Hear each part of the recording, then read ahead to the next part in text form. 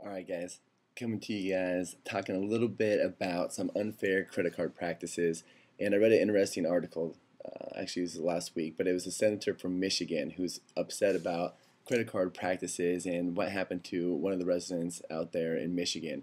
The guy had spent $3,200 on his Chase card.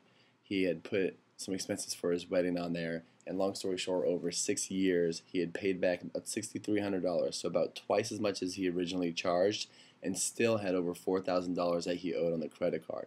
From basically unfair credit card practices where they just kept lumping on different interest rates to the same amount of money that he had on there in the first place, to over the limit fees, to late payments, all these things, and he was only late 3 times over that span for an amount of $200 at each instance. So basically, he just got really, this guy got rolled because the credit card companies can change the rules anytime they want. That's written in their contract. If you look at the terms and conditions of your credit card contract, they say, one, they're just basically in Mandarin Chinese. They don't make any sense if you don't speak the language, and I don't speak Mandarin Chinese, and I doubt a lot of you do.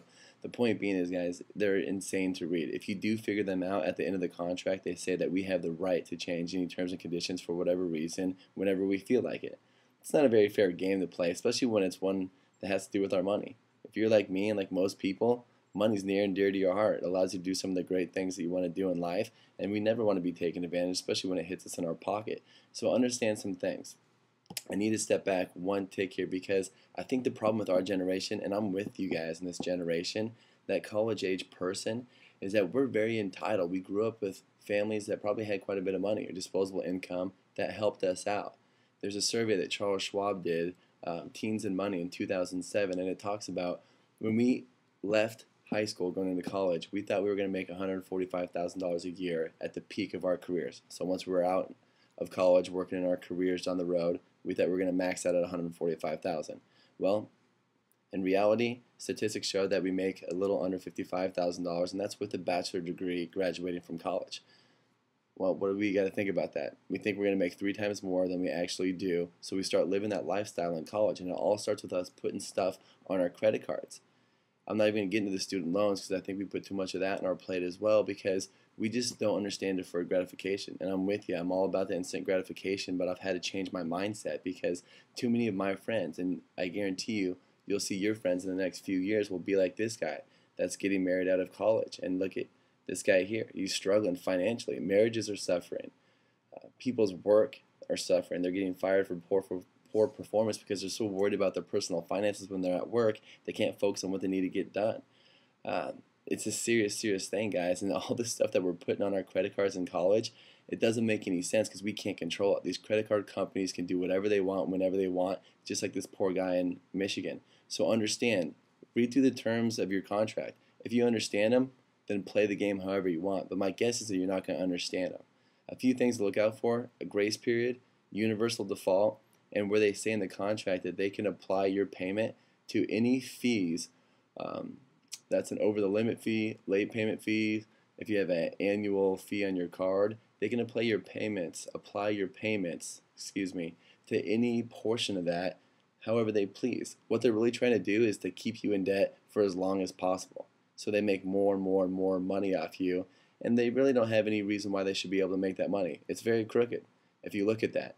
So put it this way: a grace period means how long you have until you actually start incurring interest on your credit card. So you make a purchase, let's say for $500 this month. If you were to pay it back full on $500, no big deal, right? Within your grace period. Most grace periods are 25 days. Here's the caveat though. If you paid back 450 of that $500, you would still get charged interest on the entire $500 because they don't do the whole partial payments. If you're on time but you still have even $50 left of that original balance, they charge you interest on that entire $500. Okay? Here's the second thing to know: your grace period, if you carry a balance at all from the month before, meaning you didn't pay it off in full, you have no grace period. You start accruing interest charges from the day that you make that purchase. All right? So don't be confused with the little lingo that they put in that contract. Grace periods are only for people that pay off their balance in full every month. All right?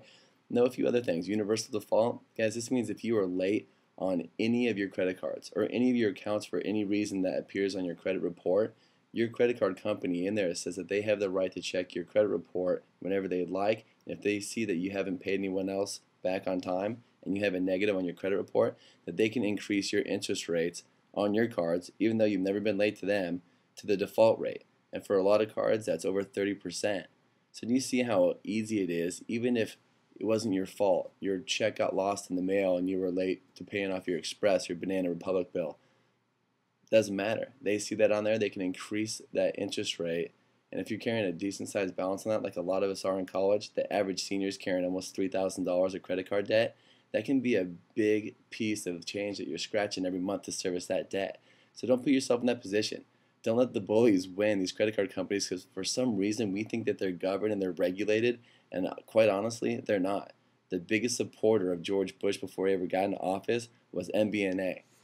That might not ring a bell, but MBNA was bought out by Bank of America, so it's synonymous with them. Just know, guys, that they're not playing by the rules, and we're just going right into their traps because they have the marketing crew that probably went to the Harvards and the Yales and the Browns, and they have insane amounts of debt themselves, and they know exactly what it's like to be a college student, wanting to have all the things that we want right now, going into debt on credit cards, and they know exactly how to pull your strings. That's why you see your mailbox flooded with these offers for your pre-approved for this platinum card. Make me feel good, make me feel special, so I can throw a bunch of pieces of plastic in my wallet so I can be in debt for you for the rest of my life. No thanks. You're smarter than that. You can go to my website. It's www.allineducation.com. There's more resources there. There's good stuff there.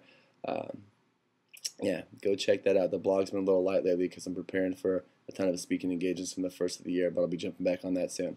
Hope you enjoyed it.